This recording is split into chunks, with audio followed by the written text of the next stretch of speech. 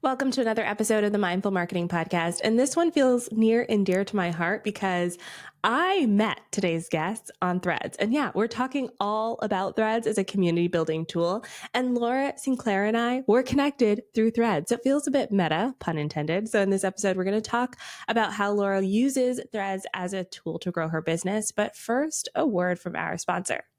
Riverside is the all-in-one podcast recording and editing tool that I use for this right here show. I use it to edit not only the audio and the video. It is like chef's kiss magical, making the entire process so easy. Plus, I love their magic AI clips. Their little AI robot in the background pulls out the most impactful moments of the episodes without me having to comb through and do it myself, resizes them for social media. So those vertical videos you see on TikTok and Reels, those all come from Magic AI inside of Riverside. It's literally one click. It spits out 10 clips. I pick the best one and away I go. Saves me so much time. If you want to get on the Riverside train, check it out today. The link's in the show notes, and make sure to use my code DREA, D-R-E-A, at checkout to get 15% off your membership. Okay. Laura, welcome to the show. Hi, Andrea. Thank you for having me. I'm excited to pick your brain on all things Threads and just your business in general, because I love what you do. Like, I feel connected to it now as a mom. So for those people who are tuning in, they don't know who you are, give us like the 30-second elevator pitch about who you are and what you do. Yeah, my name is Laura Sinclair. I'm the founder of This Mother Means Business. I'm a business mentor for entrepreneurial moms. How did you get into it? Like, was there a catalyst moment? Oh my goodness. Like, how much time do we have on the show, Andrea? Well, I have a corporate marketing background. I'm a marketer like you. I started my career in PR. I worked in corporate marketing and left the marketing world, left corporate actually in 2015. I ran a brick and mortar CrossFit gym for 5 years. And then when the world shut down for 2 weeks at an abundance of caution, I was 8 weeks pregnant with my second child. And we ended up closing that gym at the end of 2020. Fast forward, I was like, okay, now I have a 3-month-old and I have to figure out how to make money. And so I started my online business. I started doing what was easy for me at the time, which was teaching small business owners how to use social media better, because I was running social media and digital marketing for big brands in my corporate world, my corporate life. And then I used that effectively to build my gym business, which the pandemic wasn't overly kind to, but I also had a small baby and just didn't want to do it anymore. And so I started teaching people how to use social media, not dissimilar to the work that you do. But it sort of snowballed away from that. I started having conversations with women about motherhood and some of the challenges that they were facing. And so many of the conversations I was seeing about motherhood and entrepreneurship were really fluffy, really kind of like cute, side hustly. And there wasn't a lot of people standing up for these really ambitious women building big businesses with big passion, have so much heart for it, that are also navigating motherhood. And it kind of just started by accident. It started with my podcast, and then it was a retreat, then it was another retreat, and then it was a community and an event, and sort of really leaning into growing this platform. And so it kind of happened organically, but I'm glad that it did. Yeah, I'm glad that it did too. And that's kind of why I connected with you as well. Cause I feel like there's like two sides of being a mom in business. There's the one side where as soon as I was announcing my pregnancy, a bunch of people assumed that I would shut down my business. And I was like, oh no, no, I'm not. I still am working. And then there was the other side of people who were like, assuming that nothing would change, right? And to be honest, I'm somewhere in the middle. Like, I'm not shut down, but I'm definitely not running at the speed that I was pre-babies, especially, you know, with a 3-year-old and a 1-year-old. I just literally cannot. And so that's why I connected with your post, because I'm like, oh, this is someone who like really gets it. Like, it's real. It's not like I wake up and like we have like granola and then I, run my business during naps. And I'm like, that is not possible for a lot of people. No. So yeah, I loved your post around the rawness of motherhood and business. Yeah, you know what? I'm too tired to tell anything but the truth. And so that's where it started on Threads, truthfully, is it was like, you know what? Somebody's got to be the person to talk about what this really looks like. And hey, if it's going to be me, then so be it. Yeah. So what initially drew you to Threads? Like, are you an early adapter kind of person? Yeah. So I was a big Twitter user in 2008, huge Twitter user. I loved Twitter. Before, this is when I was in PR school, working in PR, we would do a lot of actually pitching media over Twitter. It was something that we did back then. And I loved it, and then kind of got away from it as I was no longer in PR. And so when Threads first came out, I kind of jumped on it and was like, okay, this is cool. But then I took a period of time where I was like, okay, I'm actually like too busy for another platform. I can't hack it right now. And so I think there was maybe like a 6 or 8 month window. And then I actually broke my leg at the beginning of 2024. And I was like, okay, I'm bored. I'm bored. And I actually have this capacity for something else, right? I'm literally stuck in bed. I broke my leg in 2 places. It wasn't a good time. And so I found myself back on, all of a sudden I had this time, and found myself back on Threads. And I just started kind of using it like I used Twitter. And I would just think something and post it. And that was sort of how it went. And it was just this opportunity for me to share some of my unhinged thoughts that didn't really make sense in any other platform. And that's really how it started, was from me with a broken leg in bed, just posting my thoughts.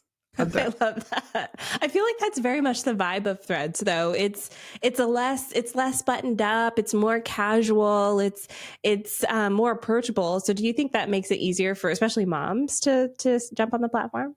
I think so. It's so low lift, right? When you think about what's required on some of these other platforms, I mean, you and I are sitting here making long form content right now. Like you don't have to do that on Threads. You don't have to create a video. You don't have to create a graphic if you don't want to. And so there's something about how low lift it is that I think is really attractive to both me and a lot of my clients. And there's also something that I'm seeing, Andrea, that I'm wondering if you're seeing too, where for some reason the filter has come off on Threads. Like people are just so much more honest on this platform. And it's like a fun place to try things and see what lands, and see, hey, if I say this, does this offend people? Or if I say this, am I going to lose a bunch of followers? And not in a way to be offensive, but I think so many of us play it really safe with some of our opinions and the things that we believe. And so Threads, I think, has been like a bit of a testing ground for a lot of folks as well. Yeah, 100%. I feel like, so this has been something I've been thinking about a lot, which is this idea of the content calendar. I love it. Don't get me wrong, especially as a business owner, it can be very helpful. But also I feels like sometimes it goes too far. Like my experience on Instagram and Facebook sometimes is like too curated, too thought out, too like orchestrated. I'm like, waiting for them to sell me something. Whereas it feels like on Threads, it's just a vibe. I'm like, I want to see what I see. Like what's going to make me like hee hee ha ha today? You know? I don't know. Yeah. Yeah. And I will say that the really fun thing about Threads is just how much community it feels like is there. The level of support feels really different. I mean, I'm engaging with folks on Threads that would probably ignore me on Instagram. It's like Yes. people that I would never get a DM response from on Instagram reply to my Threads, or I reply to theirs and there's a response there. So there's sort of like almost like an evening of the playing field that's happened over on Threads, which has been really cool too. Yeah, that's what I love about it too. The community feels more equal instead of like a hierarchy of like, oh, this person has 1 million followers, I only have 100, When you can't even see it in the context of what Threads gives you, right? It's just like, here's a person saying a thing. You either agree with the thing or you don't agree with the thing. But it really has taken away some of that maybe hierarchy a little bit that might exist on other platforms. Yeah, for sure. Well, I'm curious about like strategically how you look at it compared to other platforms. So you talked about how you kind of just post your thoughts as you think them, but how does that strategically play in your business, specifically compared to a platform like Instagram? Yeah. When I started on Threads, there was no strategy. It was just like, I'm going to just say whatever because I'm bored with a broken leg in bed, and I'm going to just share my thoughts. And my community did grow on Threads really fast, just because I was unhinged saying the things that I think in my head. And a lot of people would be like, oh, wow, I really feel the same. And like, good for you for saying that. But as my leg's no longer broken, I have to return to life as normal. I think for me, what's really changed is it's a lot about having more conversation. I think it's opening up posts that inspire conversation, and also making invitations of others to be a part of my community. And that's a big piece of my strategy on Threads, is really anchoring in the notion that Threads does inherently build community. My business is rooted in community.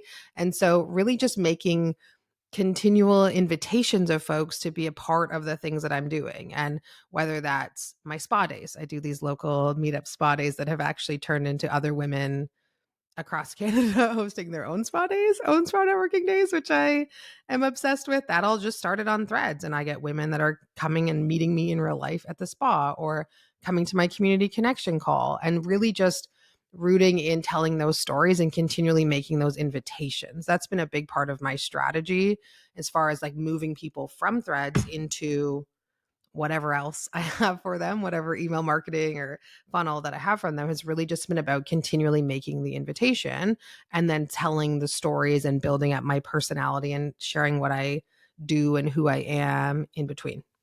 Oh, okay. So I want some examples of this, just to give context. So when you're talking about, so let's start with like one of your like, here's what's in my brain post. Like, do you have one that stands out to you? Oh gosh, that's a really great I question. really So put you on the spot too. you really, I'm like, go back to your thousands of threads and think about one that, no, I think like for me, okay, a great example of one is I really don't resonate with the word mompreneur. I find it Mm. infantilizing. And so I will post on Threads often. Like Threads is not a platform where I just post it one time and never post it again. Like I'm going to post it and I'm going to post it a different way a couple weeks later and a different way a couple weeks. Like that is a big part of the platform. But really just leaning into my opinions, right? I don't like the word mompreneur. I don't relate to it. I don't like mama. I just find them to be infantilizing. And so I post on Threads often about the fact that I don't relate to this word.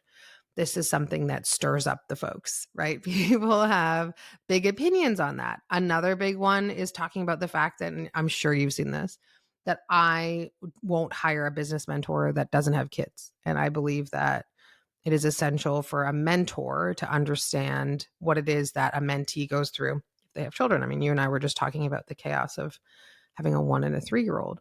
This is another thing I love to talk about on Threads, and it pokes the bear. They get angry. People get angry about this, and it's okay because the people that get angry are not my people, and the people that agree with it are my people. And then I start seeing the follows go up and the connections, and then that translates into my Instagram following actually has grown quite a bit since my Threads following has grown, and I'm making these new connections. And so I think a lot of it is just like anchoring in like these are the things that I believe. This is a space for you if you believe the same, and if you don't, that's okay too. Yeah. For those of you who can't see the video, I'm doing like a massive head nods over here because I'm like, yes.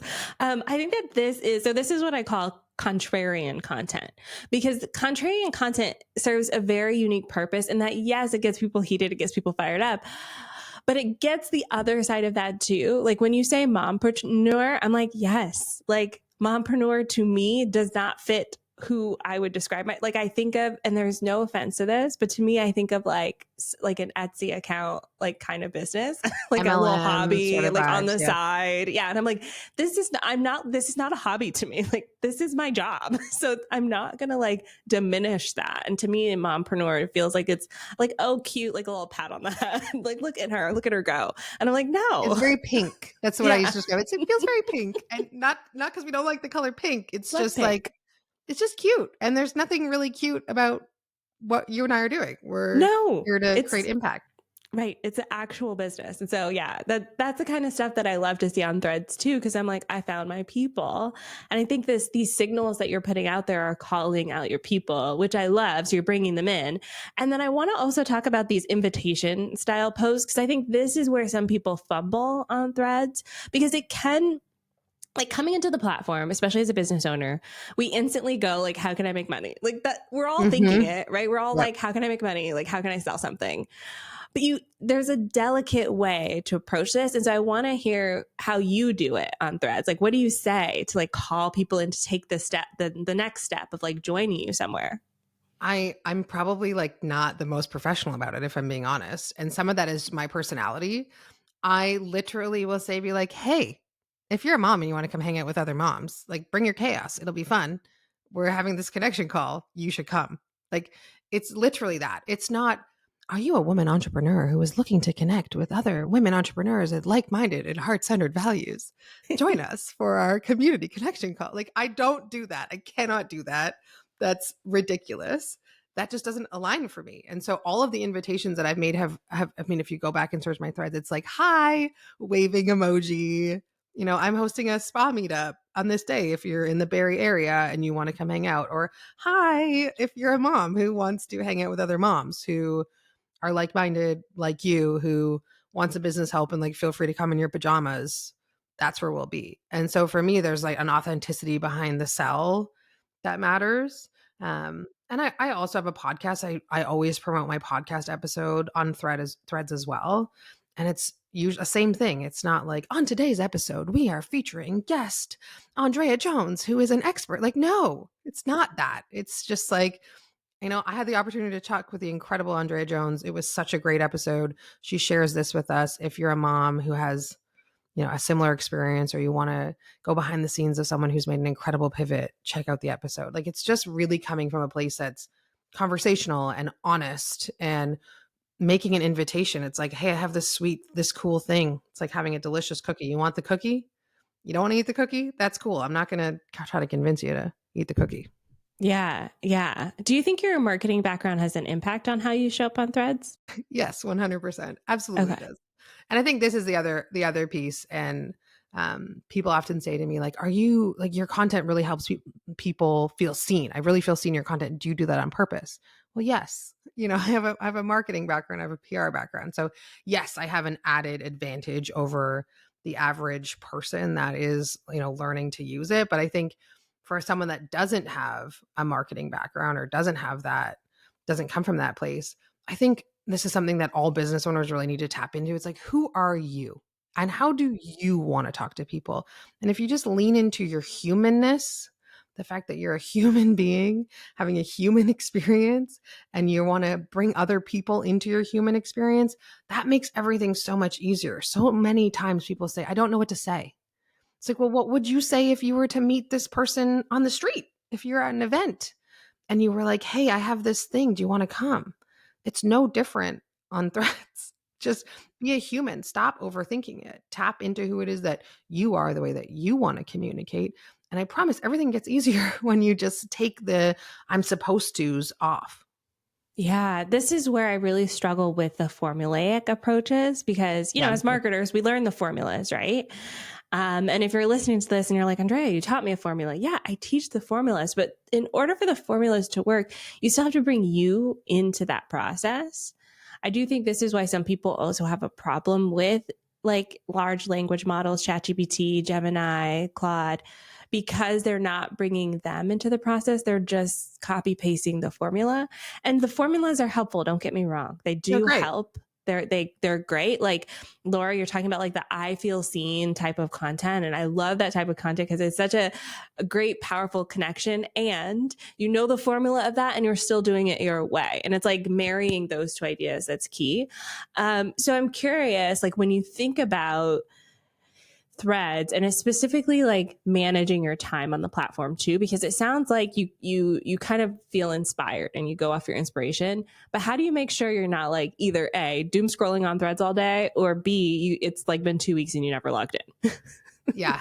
So this is a great one because I have definitely gone through seasons where I'm like posting on threads 4 or 5 times a day because I have all of the thoughts. And then I'm actually just coming out of a season right now where I haven't been as active on the platform because I ran my first event. I'm dealing with a major health crisis in my family. Like there's just so many things going on. Still have 2 kids. I have a partner, a shift working partner, like all of the things. And so for me, there are sort of milestones and benchmarks that are required for me to show up on threads. So there's sort of 2 threads of thought. Wow, pun Ooh. not really intended, but like, let's go with it. Let's roll there. Good job, Laura. The first one is that it's my responsibility to show up for my business, right? This is my job to show up and tell my people about the podcast episode, about the community connection call, about the community, about that's my job. And so there's that piece of it there that I'm able to like anchor in on. These are the things that are required, the things that I, at a minimum, have to talk about across platform. I'm already creating this content and it would be a real shame for me to not take the 10 seconds and turn it into a thread. So there's that side of it. The other side of it is that I know that I can't show up on a platform and just talk about all my stuff. I can't just sell all the time. And so there's a piece of it that there's like a little bit of give and take required. It's like sending emails, right? I can't just send sales emails and hope that people are going to want to read my emails. It's not it's not how it works. And so for me, it's like establishing what that minimum is. And that's part of my strategy, right? And so if the minimum is, sometimes it might just be actually replying to other people's threads, because I find sometimes my replies to posts do as well as my sort of native posts on my own page, my own site. Um, so it's establishing for me, okay, at a minimum, I'm going to post, I know I need to post once a day to talk about my things, my business things. And then I'm also going to try to engage in the platform as well. And then when I'm in the season where I feel inspired and I have a lot to say, then I'm going to go with that. But for me, it's sort of setting the standard for myself of this is what the bare minimum is. And I can commit to the bare minimum. And I think some of it is reps too, right? Like I've been doing this. I've been an entrepreneur for 10 years. I've been in the online space for 4.5 at this stage. And so, yeah, you make commitments and you stick to them. Yeah. Yeah. I think that I love what you said about it. Like, it is my responsibility as a business owner to do this to my business. And I think there's a lot of things that we do in our business where we are kind of wishy-washy about it. And I think marketing your business is one of those non-negotiables. And if threads is your thing, like it is your responsibility to show up there. I love that you said that. I still am curious though, like how much time you're spending on the platform, because when I first started on threads, I was spending hours and hours on it. And now I probably spend like 15, 20 minutes a day. Outside of like creating content and stuff. But I'm always curious like how much time other people are spending. I'm the same. I'm probably 15, 20 minutes a day. I Wow. used to be hours. Like you can go down the threads rabbit hole. Honestly, one of the things that's helped me a lot is I try to go on threads on my desktop and not my phone. I find if I'm on my phone, it's really easy to get caught up. Now, that said, my following is not growing as fast on threads as it was when I was spending hours a day on threads and responding to absolutely everything and, stuck in bed with a broken leg. But that's okay. That's okay. For me, it's like not all of my eggs are in the threads basket, right? Like I have other things that help me grow my business and I'm in other places, but I would say 15 to 20 minutes a day is about what I spend on threads on a day where I'm like really inspired and maybe I'm in a threads argument with somebody or someone's disagreeing with me and I'm like gonna stand on my stuff. Maybe like half an hour, 45 minutes, but most days I would say it's probably 15 minutes, 20 minutes, something in there. Okay, cool. And are you repurposing any of your threads content? You mentioned kind of testing ideas. Do you take those ideas into long form content? Like what does that look like? Yeah, so I absolutely repurpose my long form content into threads.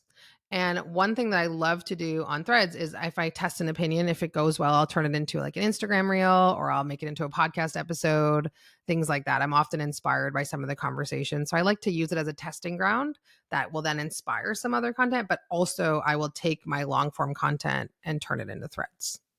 Yeah. Okay. Yeah. That's how I do it too. Either most of the time, what you see on threads is like, I probably said it in a podcast or in a live somewhere, like a live class. And then I'm like, oh, that's a good one liner. And I'll put it on threads. But I do test as well. I call this reverse content repurposing, where I'm like, I don't know if I want this to be idea. Let's see. And then if people respond to it, I'll turn it and expand it. So, okay, cool. And then how do you measure your own success on threads? So you mentioned follower numbers, you mentioned replies and things, but I'm curious if you have any more structure to measuring success, or are you more so like feeling your way around it? I would love to tell you that I have a really good structure, Andrea, but I don't. I think I'm still feeling into it. I have not given it enough time. I don't think, in my opinion, or really enough effort, like focus. This is my thread strategy that I'm going to focus on for this launch, for example. That has felt like I really have enough data to even go on. I will say that it's brought me the most incredible people. And I think that's the metric of success that I really lean into in threads is there's so many connections and opportunities for me, even, being on podcasts. I posted last year that I got rejected for, I think my post was, and I was being a little sassy. It was to the effect of, I just got rejected for a podcast to be on a guest on a podcast you've never heard of because my social media following wasn't big enough. And I think at the time I maybe had like 3,000 followers on Instagram, but that wasn't large enough. And so that was the reason and I was like, wow, since when do we, gauge a person's expertise or ability to be a decent guest on their social media following? Andrea, I was invited to be on 38 podcasts from that one thread post. One post. 38 people were like, come be on my show. Be on my show. Come on my show. And I did. I mean, I had a broken leg, so I had time. I Perfect had stuff time. for podcast guesting. I was a guest on over 80 podcasts last year, and a lot of those came from being on threads, just connections on threads. And so I haven't looked at it like from as a marketer in that really like data point perspective yet, and I'm sure I'll get there. But for me, what it's done is it's just brought some really cool humans into my world. It's exposed me to new podcasts. I got to meet you, so that counts. But I think that for me has been like the measure of success on threads. And yes, some of it has turned into clients, and some of it, lots of people have come to my events and come to my connection calls and things like that. So for now, it feels like for the 15, 20 minutes I put in a day, it feels well worth it. Yeah. No, I'm so glad you said that because I low-key love data. Don't get me wrong. And also, I think we go too far. We go too far sometimes in the measuring of the metrics. And like, I do think it's good to like take a little pulse point, check, see, but not to get obsessed with it because, you know, we're at a time in history where we've never had this much access to information before, this much access to data. You know, go back 20 years ago, if you're running a business, you couldn't put up a billboard and go, oh, I know exactly 3,463 people saw this day. Like you didn't do that. You would just go, well, I hope people saw it. I hope they read it. I don't even know how long they looked at it. And so I feel like we have too much information sometimes and we go too far with it, where there is this like intangible metric of like, man, I met some really freaking cool people, and you can't really put that in a spreadsheet or in your Airtable base, right? And so I love that. And like we're proof of it. I Hello, love here we that. are. We did it. So I want to talk. ROI proved. I know, ROI proof.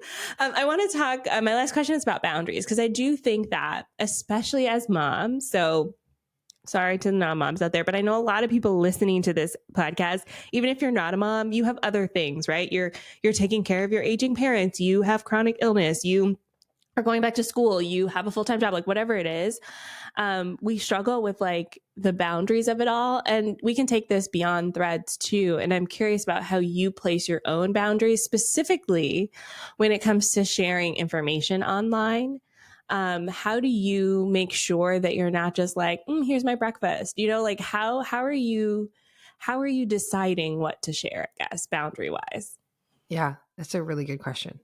This is something that I've been really, I've played with over the last, 10 years of entrepreneurship, 4.5 years of being online. For me, I only share the stuff that my audience needs to know. And so, I mean, I haven't even talked, I mentioned that, I had a family or an aging parent, and my father had a medical emergency. I haven't even talked about that online because it doesn't really matter. It doesn't, I mean, it matters for me, but it doesn't matter to my audience, right? Like, and I'm sure there'll be people that would love to be supportive of me in that season, but it doesn't matter for my business. It's not relevant. And so one of the things I've learned is just like if I think about my life as a big, beautiful cake, there is only a slice of the cake that is really required to be online in my business. I don't talk about my kids much, right? If my daughter is going through something, I'm not going to go on my social media and be like, my 7-year-old daughter came home and had this issue and that issue. Like, it's just not, it's not required. It's not something that I desire. I'm actually quite a private person. I hold a lot of things to the chest and with my close circles because that's how I prefer to be. I don't show my kids' faces online. For me, it's just really figuring out, okay, what are the things that people need to know about me to know, like, and trust, right? We talk about that in marketing all the time. Me enough to know that I am the right person for them. And usually that has to do with my values, the things that I do to take care of myself. I have a horse. I'll have to post about my horse. I post about my horse way more than I post about my kids. But it's really just deciding, what are the slices of my life that are relevant for my business. And yes, I'm building a personal brand, but there's a whole lot of me as a person that I get just for me. Yeah. Yeah, I love that. That's beautiful. And I think the beautiful thing about it too is we get to decide, right? Like, I think in my opinion, one of the ways that you can figure out what a boundary is sometimes it gets crossed, right? And so for me, I posted briefly my kids online. When they were both born, I posted their pictures. And I just, something about it, I was like, I don't want to do, like, I never want to post them online again. I just want to protect their little preciousness. So I don't share their pictures.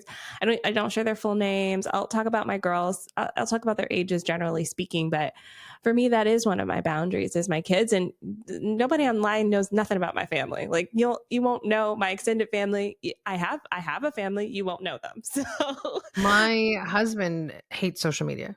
And yeah. I'll talk about him on the podcast a little bit, but he's not on my social media, to the point where I'll get messages from people that I haven't seen in a while. And they're like, "So are you still married?" Yeah. Yes, I am. It's just, my marriage doesn't matter for the context of my business. My clients and the people that are, close to me know him, and they, have that experience. But for my Instagram and my threads, like, nobody needs to know. Yeah. It's not 100%. required.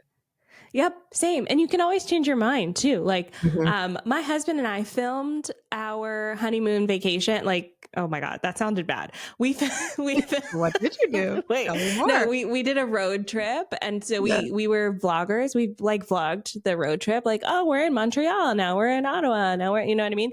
And now we would never do that. Like, he doesn't want to be online. He does the bare minimum for his business. I do mine for my business. And same, people are like, you haven't posted about your husband in a while. I'm like, oh yeah. I mean, we don't create that kind of content anymore, right? Like, we used to put our entire lives online, and now we're just very private people. And so you can change your mind too at any point. Like, if you're like, oh, I want to do this or I don't want to do this, go for it. I love it. I love it. Thank you for sharing, Laura. I think it's really important for everyone to get a sense of like what's really working, what's actually happening with real like businesses that are active, that are doing the dang thing on Threads. So I appreciate you sharing that.